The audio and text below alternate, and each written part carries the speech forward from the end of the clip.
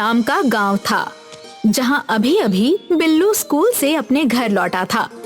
घर लौटते ही वो अपना बस्ता फेंककर गांव के बड़े से पेड़ के पास चला जाता है, जहां पर एक बूढ़े बाबा बैठे हुए थे।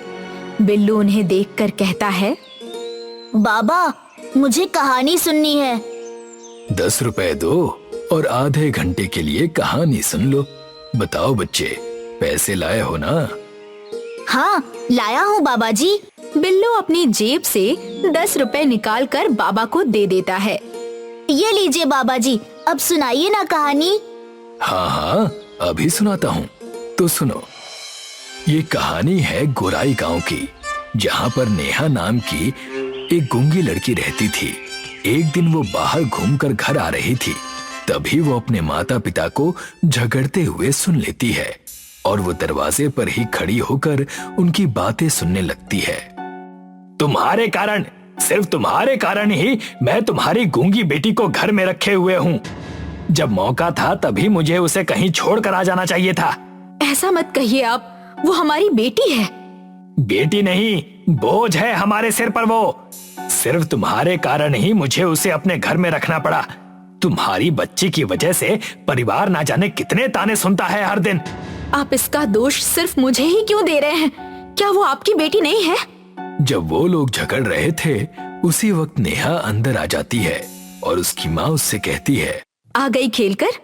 जाओ, हाथ पैर धो लो। हाथ पैर धो लो, हमें दूसरे गांव जाना है, लखनपुर में। जाओ, देख क्या रही हो? जाओ, अंदर जाकर हाथ पैर धो लो। नेहा के माता पिता उसे लेकर लखनपुर में एक मंदिर के पास जाते हैं और नेहा के पिता उससे कहते हैं, नेहा यहीं रुको, मैं और तुम्हारी माँ 1 घंटे में आ जाएंगे। नेहा सिर हिलाकर हाँ कहती है। उसके माता पिता चले जाते हैं। 1 घंटा बीत जाता है, 2 घंटे बीत जाते हैं, रात हो जाती है, सुबह हो जाती है और नेहा की आंखों में आंसू आ जाते हैं। वो समझ जाती है कि उसके माता पिता उसे छोड़कर चले गए हैं। तभी उसके पास एक साधु आता है। अरे बेटा, कहाँ घूम रही हो और रो क्यों रही हो?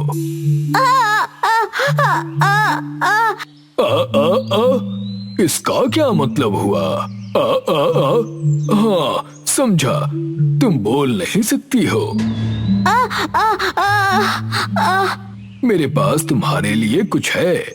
वो साधु अपने झोले से एक छड़ी निकालता है और कहता है, परी ओ परी, छोटी परी, बाहर आ जाओ, तुम्हारे लिए मैंने एक दोस्त ढूंढ लिया है। तभी एक छोटी सी परी वहाँ प्रकट हो जाती है। मेरी दोस्त, नई दोस्त, वाह, हेलो, हाय। ये लड़की बोल नहीं सकती है छोटी परी। अब तुम जितनी बातें करनी है कर सकती हो। चलो मैं चला, अब तुम्हें अपना रास्ता खुद ढूंढना है।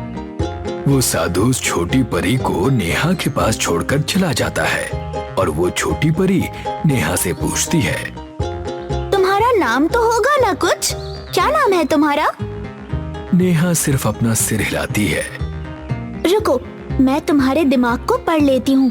बस मुझे तुम्हारे सिर को अपने हाथ से छूना होगा, फिर मैं तुम्हारे बारे में सब जान जाऊंगी कि तुम कौन हो, कहाँ से आई हो और तुम्हारे साथ क्या हुआ है, सब कुछ।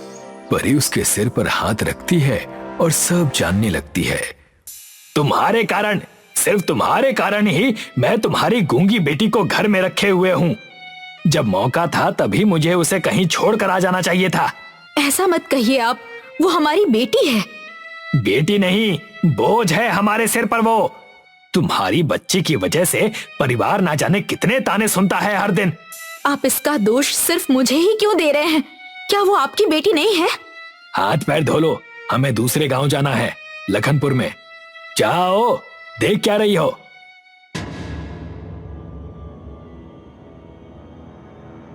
नेहा यहीं रुको, मैं और तुम्हारी माँ 1 घंटे में आ जाएंगे। तुमने ये सब अकेले सहा? तुम्हारे माता पिता ने तुम्हारे साथ बहुत गलत किया। मैं भी तुम्हारी तरह ही हूँ। मुझे भी मेरे लोगों ने हमारी दुनिया से निकाल दिया क्योंकि मैं कमजोर थी। मगर तुम चिंता मत करो, मैं हूँ ना, मैं हूँ तुम्हारे साथ। मैं तुम्हारी मदद करूंगी। चलो गांव चलते हैं। मैं तुम्हें बोलने की शक्ति तो नहीं दे सकती, मगर तुम्हें इतनी शक्ति दे सकती हूँ कि तुम गाना गा सको। नेहा और परी दोनों गांव के बीच पहुंचते हैं। नेहा, मेरी तरफ देखो। परी नेहा के चेहरे को छूती है और उसमें गाना गाने की शक्ति आ जाती है और उसने एक झोला अपने सामने रखा और गाना गाना शुरू कर दिया। मेरी बातें, मेरी आवाज सुन लो दुनिया वाले, मेरा जो गम है तेरा भी है, हम एक समान बने हैं। ये गाना सुनकर वहां थोड़ी भीड़ इकट्ठा हो गई और सब उस झोले में पैसे डालने लगे। तभी उस भीड़ में एक आदमी खड़ा था जो नेहा के गाने से बहुत प्रभावित हुआ था। उसका नाम था मनप्रीत सिंह। मनप्रीत नेहा के पास जाता है और उससे कहता है, वाह, क्या गाया है आपने और कितने अच्छे बोल थे आपके इस गाने के, सुनकर मजा आ गया। नेहा तो बात नहीं कर सकती थी, इसीलिए वो परी मनप्रीत की बात का जवाब देती है। ये मेरी दोस्त नेहा है, ये बोल नहीं सकती। आप तो एक परी हैं और अगर नेहा जी बोल नहीं सकती हैं तो गा कैसे सकती हैं? ये मैंने किया है। मैं उसे सिर्फ गाने की शक्ति दे सकती हूँ और उसके मन को पढ़ सकती हूँ। जी ये भी सही है। मैं आपसे बस इतना कहना चाहता था कि मैं गायकों और कलाकारों का अखाड़ा लगाता हूँ गांव में। नेहा जी का गाना सुनकर लगा कि इन्हें भी पूछ लूं, क्या आप मेरे अखाड़े में गाना गाना चाहेंगी? लड़ाई के अखाड़े में गाना? ओ जी, लड़ाई के अखाड़े नहीं, गाने के अखाड़े। वो क्या कहते हैं, शो, जिसे लोग देखने आते हैं, उसे हम अपनी भाषा में अखाड़ा कहते हैं। परी नेहा की ओर देखती है और नेहा सिर हिलाते हुए मनप्रीत के अखाड़े में गाना गाने के लिए तैयार हो जाती है। फिर क्या, नेहा अखाड़े में जाती है, मगर दिक्कत सिर्फ इतनी सी होती है कि अखाड़ा गोराई गांव में था और नेहा गोराई गांव की ही थी। मनप्रीत अखाड़े के स्टेज की टिकटें गूंगी का गाना नाम से बेचता है। टिकट लेते समय कई लोग बातें कर रहे थे। गूंगी का गाना, ये कैसा अखाड़ा है भाई? अब तो जाकर ही पता चलेगा। नेहा स्टेज पर जाती है और उसके साथ वो परी भी होती है। नेहा अपना गाना गाना शुरू कर देती है। जाने ना तो मेरे दिल की बातें, जाने ना तो मेरी हालातें, रात की चांद हूँ मैं, तुम सब सूरज हो सुबह के, मैं सूखी तालाब हूँ, तुम सब बहते जैसे झरना, मैं एक खामोशी हूँ, तुम सब हो कहानियाँ, मैं एक फीकी शायरी, तुम सब रंगीन शाम हो, जाने ना तो मेरे दिल की बातें, जाने ना तो मेरी हालातें। सब ये गाना सुनकर शांत हो गए और एक राज की बात बताऊं? क्या? उस अखाड़े में नेहा के माता पिता भी आए हुए थे। जब वो अपनी बेटी नेहा को गाते हुए देखते हैं तो उससे मिलने के लिए अखाड़े के पीछे जाते हैं, मगर उसी रास्ते पर परी उन्हें रोक लेती है। आप लोग नेहा के माता पिता है ना? आपको नेहा के साथ इतना गलत करके जरा भी शर्म नहीं आई? आपने उसे कितनी चोट पहुंचाई है। तुम तो परी हो। तो तुम वही हो जिसके कारण नेहा गाना गा पा रही है। जब वो परी और नेहा के माता पिता एक दूसरे से बात कर ही रहे थे, उसी वक्त मनप्रीत वहां आ जाता है, हाथ में पैसे लेकर। अरे परी जी, नेहा ने तो आज कमाल ही कर दिया। आज से पहले इतनी कमाई कभी नहीं हुई। ये अखाड़ा आपने आयोजित किया था? हाँ, क्यों, आप कौन है जी? जी, हम नेहा के माता पिता हैं। आप ये पैसे नेहा को देने जा रहे हैं? लोगों ने उसके लिए दिया है। तो ये पैसे आप मुझे दे दीजिए, मैं नेहा को दे दूंगा। नहीं मनप्रीत जी, ऐसा बिल्कुल मत कीजिएगा। तभी नेहा भी वहां आ जाती है और उसके पिता उससे कहते हैं, बेटा, मुझे गर्व है कि मैंने तेरी जैसी बेटी को इस दुनिया में लाया। जरा बताना इन मनप्रीत साहब को कि तुम हमारी बेटी हो। हाँ बेटा, बता दो, फिर घर चलो, हमारे साथ, और इसके बाद हम अखाड़े में प्रदर्शन करवाएंगे तुम्हारे लिए। अब तुम बोलने लगी हो ना, अब सब ठीक हो जाएगा। 1 मिनट, आप नेहा के माँ बाप हो और आपको इतना भी नहीं पता कि नेहा सिर्फ गाना गा सकती है, वो भी परी की मदद से, मगर बात नहीं कर सकती है। मैंने कहा था ना मनप्रीत जी, ये सिर्फ नेहा के पैसों को देखकर उसे अपना बनाने की बात कर रहे हैं। नेहा अपने माता पिता के साथ वापस नहीं जाती है, वो वापस लखनपुर चली जाती है परी के साथ, और आगे से कभी अपने माता पिता का चेहरा नहीं देखती है। ये कहानी सच में हुई है? हाँ, बिल्कुल सच में हुई है। मैं ये कहानी जाकर अपने पिताजी को सुनाऊंगा, मगर वो मुझसे पूछेंगे कि ये कहानी मैंने किससे सुनी है, तो मैं किसका नाम लूं? कहना मनप्रीत जी ने सुनाई है। अच्छा, तो आप ही मनप्रीत जी अखाड़े वाले हैं? पश्चिम बंगाल के एक छोटे से गांव में भुवन रहता था। भुवन गांव-गांव घूमकर मूंगफली बेचा करता था। पश्चिम बंगाल में मूंगफली को कच्चा बादाम कहा जाता है। कच्चा बादाम ले लो, सेहतमंद, ताजा और स्वादिष्ट कच्चा बादाम। पश्चिम बंगाल में मूंगफलियों की कुछ खास डिमांड नहीं थी। दिन भर घूम घूम कर भी भुवन कुछ अच्छे पैसे नहीं कमा पाता था। कभी कभार तो वो बिना सब्जियां खरीदे ही घर लौट आता था। आज भी खाली हाथ आना पड़ा। हाँ, अब क्या बताऊं, आजकल कोई कच्चा बादाम खरीद ही नहीं रहा है। हमको भी कोई नया तरीका ढूंढना चाहिए कच्चे बादाम बेचने का। हाँ, शायद तब कुछ बिक्री हो। भुवन परेशान था। वो रास्ता ढूंढ रहा था जिससे उसकी बिकारी बढ़े। अगली सुबह जब भुवन अपनी साइकिल पर कच्चे बादाम बेच रहा था, तभी उसका ध्यान एक आवाज पर गया। रंग बिरंगी साड़ी ले लो, साड़ी ले लो, लाल रंग की, हरे रंग की, नीली पीली, सभी रंग की। कुछ देर तक भुवन इस साड़ी वाले को देख रहा था।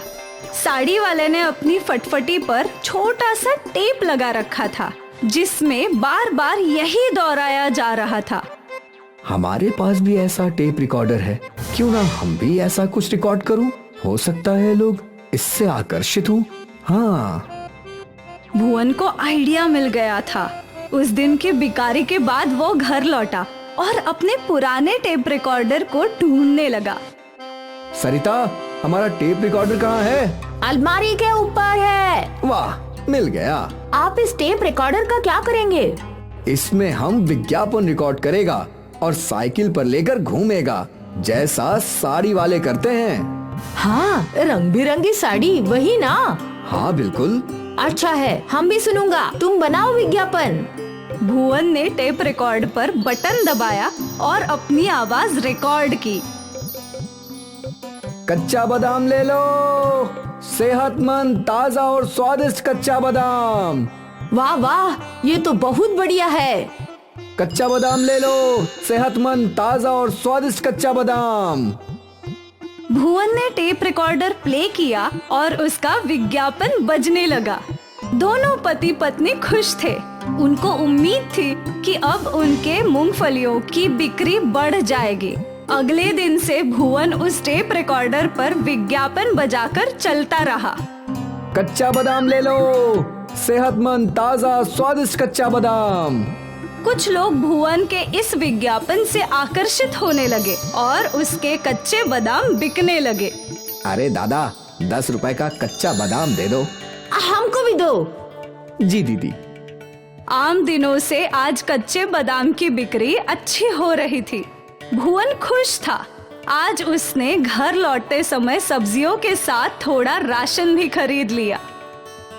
अरे सरिता, ये लो, हम ये सब्जियां लाया है और ये चावल और दाल भी।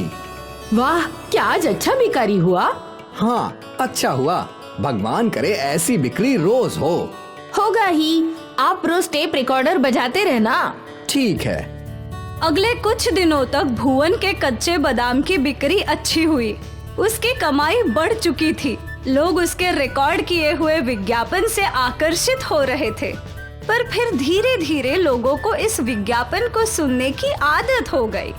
अब पहले की तरह ज्यादा लोग नहीं आ रहे थे। भुवन फिर से चिंतित हो गया। अब हम क्या करेगा? अब तो लोग विज्ञापन सुन करके भी यहाँ नहीं आ रहा। ऐसा कैसे चलेगा? दुखी भुवन मुंह लटकाकर घर लौटा। अब क्या हुआ? अब फिर से बिक्री कम हो गया। लगता है लोग विज्ञापन सुन सुनकर ऊब गए। अरे बाप रे, अब हम लोग क्या करेगा? पता नहीं, कोई ना कोई रास्ता तो ढूंढना होगा ही। हाँ, काली माँ है ना, वो हमारा मदद करेगा। काली माँ, अब तुम ही हमारा मार्गदर्शन करो। हम बहुत कोशिश कर रहा है, पर फिर भी कुछ सही नहीं हो रहा। माँ, हमारी मदद करो। भुवन और सरिता ने देवी माँ से प्रार्थना की और अपनी समस्या का हल ढूंढने लगे। उस रात जब भुवन सो रहा था तो उसके सपने में काली माँ स्वयं आई।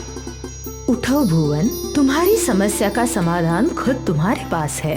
तुम्हारा गाना, तुम कच्चे बादाम पर गाना बनाओ। ये गाना जादुई गाना बन जाएगा, तुम्हारी किस्मत बदल देगा। काली माता के गायब होते ही भुवन की नींद खुल गई।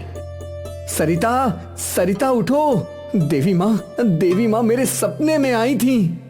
और क्या बोला माता ने? देवी माँ बोले कि मैं कच्चा बादाम का गाना बनाऊं और वो गाना जादुई गाना बन जाएगा। हमारा किस्मत बदल जाएगा। सच्ची? हाँ, सच्ची। माता की कृपा है हम पर। अब आप जल्दी जल्दी कच्चे बादाम पर गाना बनाओ। हाँ, कल सुबह ही बनाऊंगा। फिर भुवन और सरिता खुशी खुशी सो गए।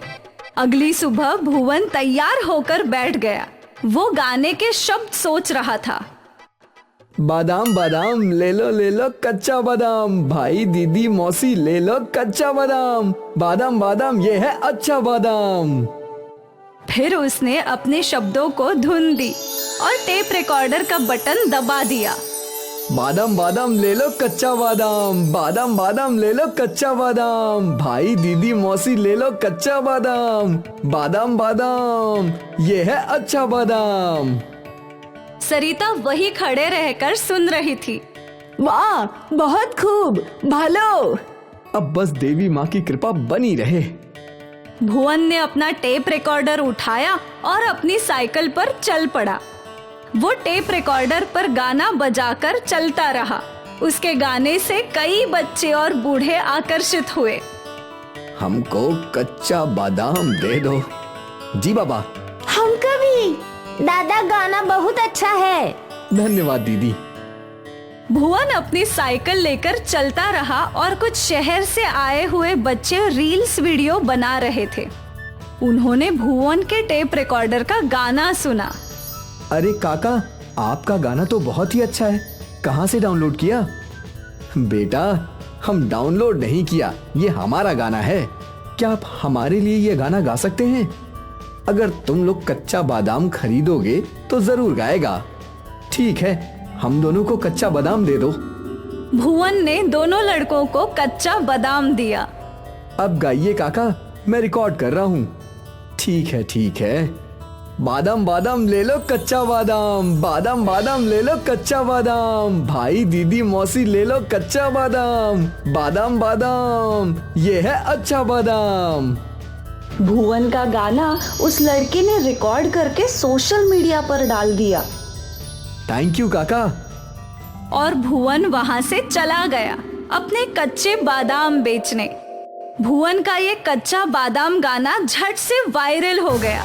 हर कोई भुवन का गाना सुन रहा था। शहर में ही नहीं बल्कि गांव में भी भुवन फेमस हो गया। अगले दिन जब भुवन कच्चे बादाम बेचने निकला। अरे दादा, आप तो वही है ना कच्चे बादाम गाने वाले? जी दीदी, पर आपने कहाँ सुना? आपका गाना इंटरनेट पर वायरल हो गया दादा। पूरे इंटरनेट पर आप ही छाए हो। दादा, मैं आपके साथ एक सेल्फी लूं क्या? जी। उस औरत ने भुवन के साथ सेल्फी खिंचवाई। भुवन को तो समझ ही नहीं आ रहा था कि क्या हो रहा है। बस अब उसे इतना पता था कि उसका गाना मशहूर हो गया है। कुछ ही दिनों में एक बड़ी म्यूजिक कंपनी वाले भुवन के घर आए।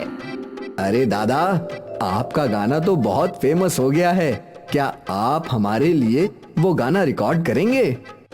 उससे मुझे क्या फायदा? आपको उस गाना को गाने के 50 लाख रुपए मिलेंगे। 50 लाख रुपए?